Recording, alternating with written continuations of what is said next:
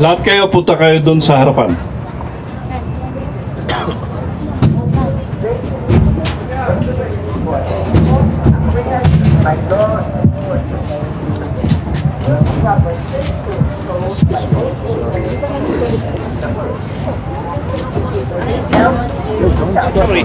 Sorry.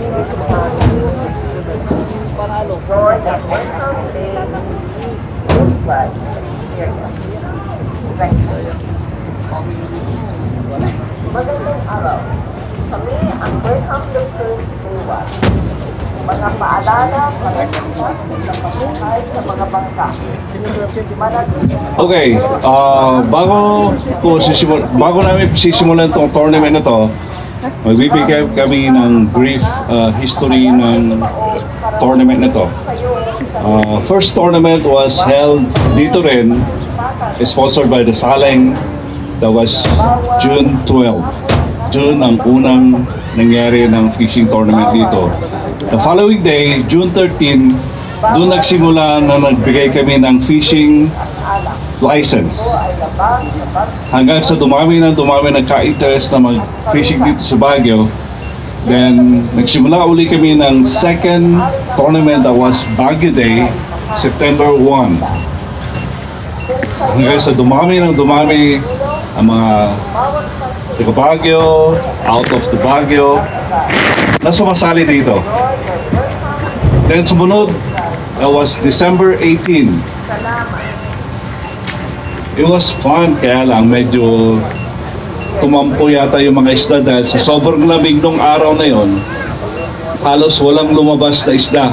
Pero nevertheless, meron pa rin nahuli sila pero maliliit na isda. May mga huli silang shrimp, which is considered na isda yun, kaya lahat sila na may measure. So ngayon, supposed to be meron kaming susunod na tournament, or that should be sa Panagbenga fishing tournament. Kaso, napansin namin na wala pang lumalabas na isda. So tinignan ko yung history ng Burnham Lake dito, na nagkaroon ng maraming isda during last year, starting March, then April, May, hanggang June. Kaya we decided to have the fourth tournament dito sa Baguio, and we call it Baguio Summer Fishing Tournament. And ito tayo ngayon. And this is the big day kasi it's the first time na nakita namin na ang participant ay napakarami. Umabot tayo ngayon ng almost more than 60. Marami ding sumali ng outside from Baguio. Meron tayo dyan from Baliwag Anglers. Nandun sila. I think mga 10 sila. Meron din tayo mga from Nueva Ecija. I think nandito din sila. Meron din mga taga La Union, mga Nueva Vizcaya. Meron din mga Pangasinan. Bonto. Yeah. Sa Kabuntok. So, sa nakikita namin ngayon, nagiging parang popular na ang fishing dito sa Baguio, lalo na nagtataka bakit nagkaroon ng fishing dito sa Baguio. May nagtatanong nga sa akin, paano ba nagsimula ang fishing dito sa Baguio? Medyo mahababang kwento, kaya nandito yung t-shirt natin, How Fishing Started in Baguio. Kasi may plano kaming gagawa kami ng libro ng history na ilalabas namin soon. At I'm sure it's gonna be exciting. So, bibigyan ko lang kayo ng brief paano na ba nag-start ng fishing dito sa Baguio. Way back last year, around February, March, alam naman ninyo ang Baguio is fan of exercise, workouts ang tawag nila. So I was one of them. Naglalakad lang ako dito sa Burnham. So it so happened na kasi ang ugali namin sa New York, as long as there's water, there's a fish. So if there's a fish, you have to go fishing. Kung hilig mo yun. Naging passion ko rin dito nung nandun ako sa Amerika. So, ang ginawa ko that day was, I think, March 2022, kaya nakalagay dito March 2022, doon nag-start karoon ng fishing dito sa Baguio. Pumunta ako sa office ni Mayor Benji Magalong at nag-ask ako ng permission kung pwedeng ako mag-fishing sa Burnham. Alam mo, sagot sa akin, malalaki yung isda doon, sabi sa akin. At yun ang plano ko noong araw. Okay. So ang sagot ko is, well, I came to the right place in the right time. Pwede ba ako mag-fishing? Of course, sabi. So every day, pupunta ako rito, fish ako, lalaki na isda, dami ako nahuhuli, every day. Pero ang ginagawa ko, catch and release lang kasi syempre nasanay tayo sa US na pag nahuli mo, babalik mo. Hanggang sa naisip ko na pwede siguro kainin ito. Pinagay ko sa mga kaibigan natin mga pulis dyan. Everyday makakahuli ako ng 15, minsan 20, dami lalaki nung araw na yun. Dahil ako lang nag-fishing eh. Bawal na mag-fishing nung araw. Pero everyday rin, katakot-takot ang sita sa akin ng mga security guard. Meron pa nga eh, may pulis nang lumapit sa akin na bakit daw ako nag-fishing, sino nagbigay ng permission sa akin. So, medyo na-irita rin ako ng konti pero that's their job. So, nag-asa ko uli ng favor kay Mayor at very supportive talaga siya. Binigyan na ako ng special fishing permit na ako lang dito sa Baguio ang pwedeng mag-fishing dito sa Burnham. Tuwa rin ako dahil wala akong kompetensya. Everyday nandito ako, 5 o'clock in the morning, may fishing ako. Everyday meron akong bucket doon. Ang dami na rin pupunta rito para hingin lang nahuhuli ko. So hanggang sa nagkaroon kami ng idea, tinawag ako ng Saleng para magkaroon kami ng fishing tournament. That was June 12. So we decided to na plinano na at June 13 magre-release din kami ng fishing license. So yun ang history nun.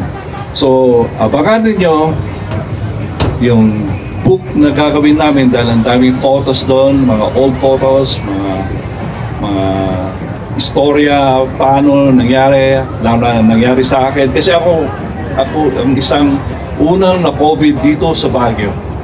I stayed in BGH for almost 45 days. Kala ko, mamamatay ako. Pero nandun lahat yun. So, abangan ninyo at darating din yun. Okay, sige. Sisimulan lang tayo. But before we start, bibigay ako ng regulasyon para alam ninyo ang nagiging regulation namin for the past 3 fishing tournament. Nasa akin ang mga listahan dito. So, siguro nagtataka kayo, paano kayo kakasya dito sa deck? So, ang ginagawa namin is by batches. So, first batch or kung ilang batch ang mangyayari dito, 15 anglers ang nandito lang.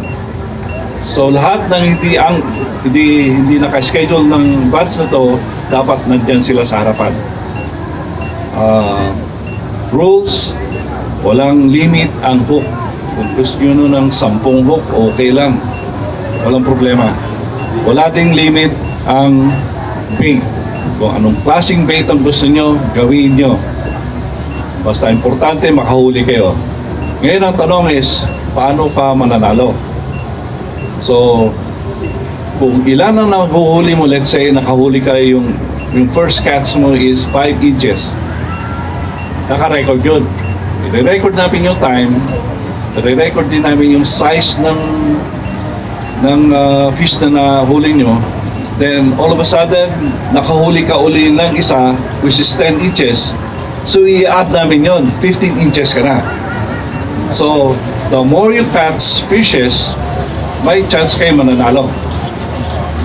So, ang tawag dito, ang experience ko sa fishing, hindi naman talaga pagalingan to eh.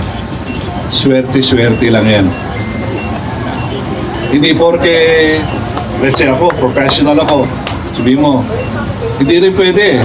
Meron pa nga dyan na bagong-bagong salta dito, sila pa nananalo eh. Kaya naniniwala pa rin ako yung lucky. Kung swerte mo, swerte mo. Kung malas mo, wala akong magagawa. So, meron ba kayong questions sa rules?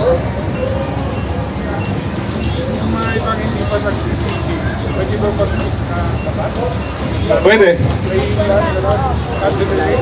Okay, ang tanong, yung hindi pa ang tawag dito, kung hindi pa nakaschedule dito sa batch na to, kung pwede daw silang mag-fishing anywhere.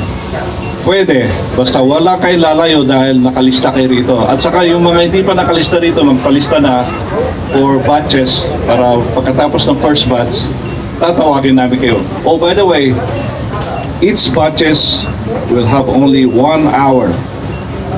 Kung sakaling in 1 hour wala pang nahuli, mag-extend ako ng at least 15 minutes to 30 minutes hanggat meron may nakahuli.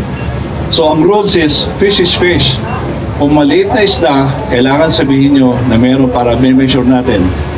Last competition niya may nakakuha ng 2 maliliit na isda, siyang nanalo. So huwag niyo itatapon kung meron kayo nahuli. Meron pa nga nahuli dito, shrimp. Shrimp is considered a fish. So i-measure din namin yan. So pag may nahuli kayo galing sa tubig, i-report nyo sa amin kagad. At by the way, may mahuli kayo rito ang catfish, malalaki yung catfish dito, may mahuli kayong mga eel, igat. Maraming tilapia rito. Last August, nag-release kami ng 1,500 na red tilapia. So, pero pa bang tanong sa inyo lahat yan?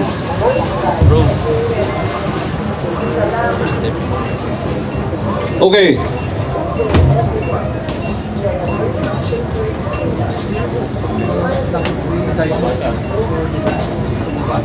Itong first 15 na lang may iwan dito, no? Total, hindi na tayo kakabit ng 5. Nandito lang muna tayo. Rolly. Arnel. Anyano. Sir. Harold. Mateo. Ryan. June.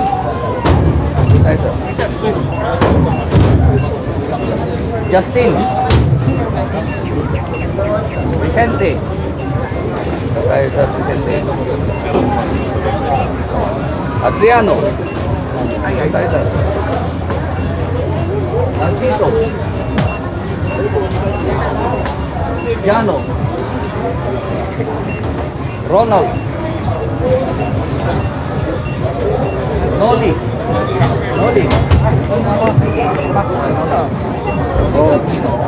Arnold Cabanilla. Ito yung first